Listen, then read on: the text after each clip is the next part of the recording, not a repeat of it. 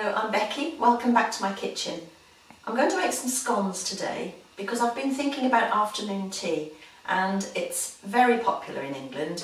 You often see people sitting with a three-tier cake stand. They've got little sandwiches at the bottom, dainty little cakes at the top, and in the middle they've got the most enormous scones you've ever seen.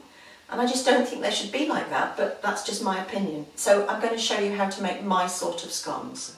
Now for the scones, I've got the oven on and it's on at gas mark 7, which is 210 Celsius, 190 fan. And if you're in the United States, that's 425 degrees Fahrenheit. I've got my baking tray, which I'll use later, and we don't need to grease it, so I'm going to move it just to one side for now. In the mixing bowl, which is on my little mat so it doesn't slide around, we've got 250 grams of self-raising flour, which is, in America, 2 cups of flour. Some recipes say to use plain flour with bicarbonate of soda and cream of tartar, and that gives you, in effect, a very good rise on your scones, but what happens is that it makes your teeth feel funny when you've eaten them. So self-raising flour is perfect. So 250 or 2 cups of self-raising flour. I've got 50 grams of margarine or butter, and that's just less than half a stick of butter. A stick is 115, so we've got 50. And then I've got 25 grams of caster sugar, which is 1/4 cup. And the first thing to do now is to get that rubbed in. So mix them together, coat the margarine so it's not too sticky, and then start rubbing with your fingertips. And that's lifting it, pressing the flour into the lumps of margarine and dropping it down. Lift, rub, drop. And you keep going until the margarine's pretty much disappeared.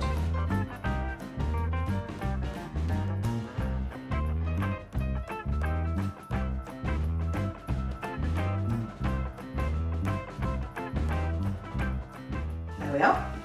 Now at this stage, if you wanted to, you could add some dried fruit. You could put in sultanas, they're the traditional thing to go in. You could put in cranberries, or you could put in dates with a little half a teaspoon of cinnamon. That would be quite pleasant. I'm not going to put anything in, these are just going to be plain scones. So the next thing is the milk, and it's 120 mils of milk, which is half a cup. If it's not quite fresh, if you think it's smelling a bit strange when you open it, that's perfect, because the acidity of the milk works well with the raising agent and they'll rise really well. So in goes the milk all at once, and we stir with a blunt knife.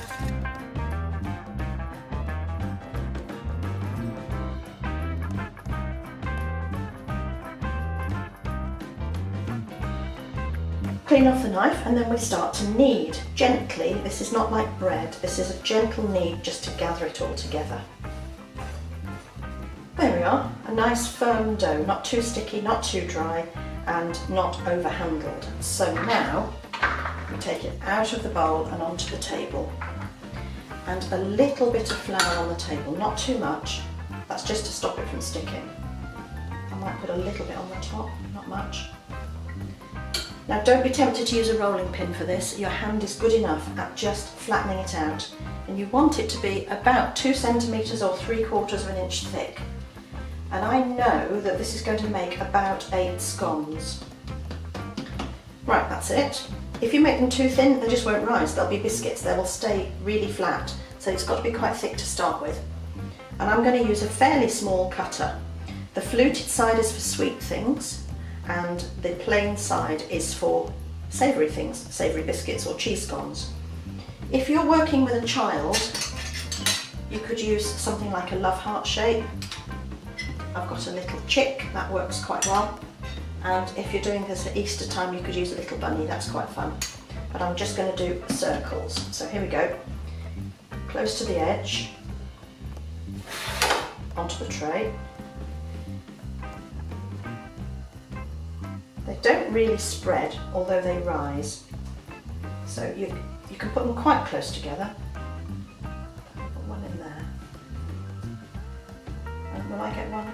Get one from just there as well, that's a bit of a funny shape. So screw it back up, a little bit of a knead, pat it again, and then cut.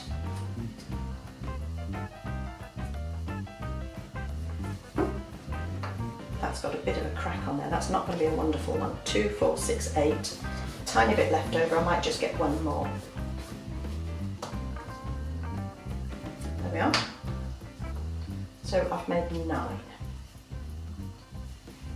Right, so they go in the oven and they cook for 10 to 15 minutes. They need to be very nice and risen and brown on the top. You don't brush them with milk, you only brush savoury things with milk, and they'll be plain on the outside if they're savoury, and that shows everybody that they're savoury.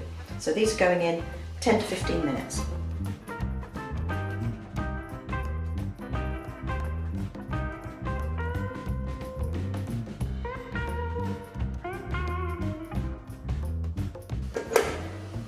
Let's have a look. These have had 12 minutes and they're fine. Right. Oven off. Now, they're a little bit hot to touch, but you can see with this one that there's a crack around the centre, and that's exactly what you're looking for. I'll show you why later. So these need to come off the tray and onto a cooling rack and wait until they're cold to eat them.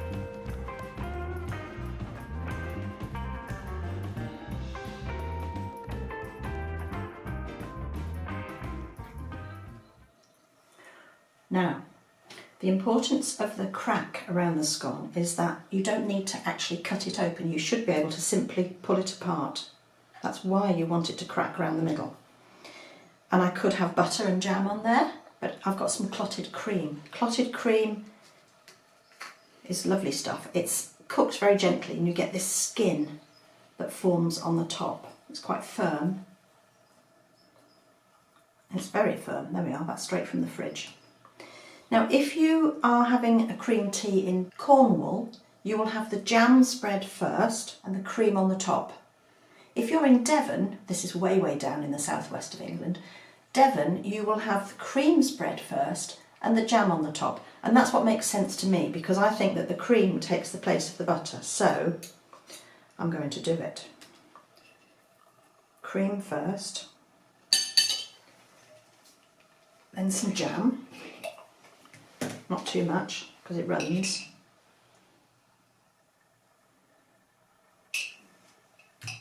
There you are. Enjoy. I hope you've enjoyed this. Feel free to like it and share it, and check out the website for what's coming next. Thanks. Bye.